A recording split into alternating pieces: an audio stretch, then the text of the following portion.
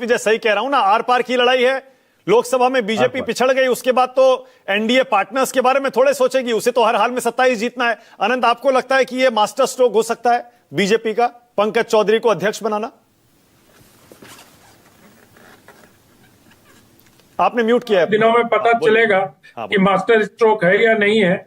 लेकिन मानक जी, मुझे लगता है कि पंकज चौधरी को उत्तर प्रदेश में अध्यक्ष बनाकर बीजेपी ने यह तो साफ कर दिया है कि उनका राष्ट्रीय अध्यक्ष ओबीसी नहीं होगा, क्योंकि प्रधानमंत्री भी ओबीसी, उत्तर प्रदेश का अध्यक्ष भी ओबीसी और फिर राष्ट्रीय अध्यक्ष भी ओबीसी।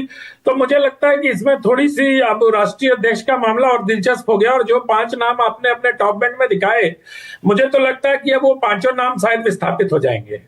अब क्योंकि उसमें अब कोई गुंजाइश बचेगी नहीं। लेकिन पंकज चौधरी का ये देखिए, मैं पंकज चौधरी के बारे में मेरे पास उतनी जानकारी नहीं थी, क्योंकि बहुत लो प्रोफाइल रहे हैं। हालांकि 7 या 8 बार के सांसद रहे हैं वो, एक बार 99 और कभी 2014 में शायद हार गए थे, तो 2009 में हार गए थे, 2 बार हारे हैं। अन्यथा वो 27 वर्ष की उम्र से निरंतर सांसद बने हुए हैं। लेकिन एक दिलचस्प मुझे चीज और लग रही, अच्छा, ये भी माना जाता है कि पंकज चौधरी राजनाथ सिंह के बहुत करीबी हैं। तो ये एक और नया समीकरण उत्तर प्रदेश में बनता हुआ मुझे दिख रहा है, क्योंकि पंकज चौधरी को प्रधानमंत्री और राजनाथ सिंह का बहुत करीबी माना जाता है, और राजनाथ जी के ही खेमे का उनको माना जाता है, अगर ऐसा कोई खेमा उत्तर प्रदेश में राजनाथ जी का है तो। लेकिन उनकी करीबी तो राजनाथ जी से है। दूसरी बात, मुझे ये लगता है कि अब एक ही शहर से उत्तर प्रदेश के मुख्यमंत्री भी हैं और एक ही शहर से बीजेपी का प्रदेश अध्यक्ष भी है। ये भले ही महाराजगंज के सांसद हो, पर रहने वाले तो ये गोरखपुर के ही हैं। पंकज चौधरी, आपको याद होगा प्रधानमंत्री जी जब गोरखपुर गए थे तो पंकज चौधरी के घर गए थे, और वो भी 200 मीटर पैदल चल के गए थे, क्योंकि उनके घर तक जाने का उस प्रकार से सिक्योरिटी वाहनों का रास्ता नहीं था।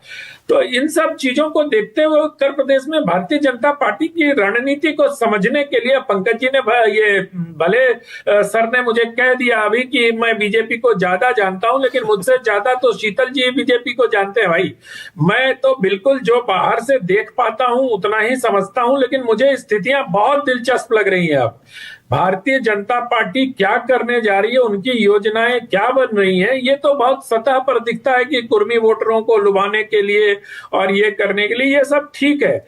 लेकिन बिटवीन द लाइंस कुछ और वहां पर तैयारी हो रही है। अगर मैं शिवराज जी की बात को भी मानूं तो संजीव बालियान जी को जिस तरह से पिछले चुनाव में उनको बहुत कम वोटों से वो हारे, और हार की तमाम तरह की वजह सामने आई कि प्रशासन ने उनका साथ नहीं दिया और ये नहीं किया, वो नहीं किया, तो क्या कहीं कुछ और तो नहीं घटित हो रहा है उत्तर प्रदेश में? जैसे मुझे क्या इशारा जानकारी नहीं है। क्या इशारा कर रहे हैं? नहीं, इशारा बिल्कुल नहीं कर रहा हूं, मैं उस रणनीति के बारे में विचार कर रहा हूं और अभी किसी निष्कर्ष पर नहीं पहुंच पा रहा हूं, क्योंकि देखिए नेतृत्व तो योगी का ही रहेगा। जैसा कि लोग कह रहे हैं कि पंकज चौधरी के नेतृत्व में चुनाव लड़ेंगे, मुझे लगता है नेतृत्व तो योगी जी का ही रहेगा। पंकज चौधरी संगठन का काम करेंगे, संगठन को मजबूत कराने का काम करेंगे। पंकज चौधरी जी का नाम 2-3 दिनों से चल रहा था, लेकिन एक बात उनके फेवर में कही जा रही थी कि बहुत लो प्रोफाइल रहते हैं और प्रधानमंत्री जी उनको बहुत पसंद करते हैं। दूसरी बात, उनके बारे में कहा जा रहा था कि वो पूरे तौर से स्वस्थ नहीं, इसलिए बहुत उनको कोई एक्सीडेंट हो गया था तो पीठ में चोट लग गई थी उनको, तो बहुत देर तक वो पैदल चल नहीं पाते या बहुत देर तक खड़े नहीं रह सकते, ऐसी समस्या, ऐसा लोग बता रहे हैं, मेरी जानकारी नहीं है। तो ये सारी बातें भी मीडिया में कई जगहों से, कई खेमों से, कई सूत्रों से प्लांट हो रहे थे।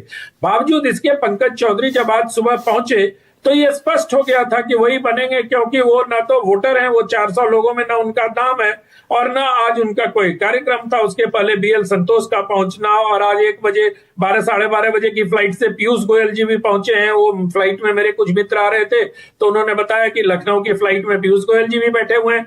तो क्या भारतीय जनता पार्टी रणनीति बना रही है, क्या हो रहा है, इसको अभी अनफोल्ड होने में मानक जी मुझे लगता है कि हमें थोड़ा सोच समझकर विचार करना चाहिए, क्योंकि अभी थोड़ी जल्दबाजी होगी इस बारे में कुछ कहना। ऑलराइट, ओके, सुनील साजन।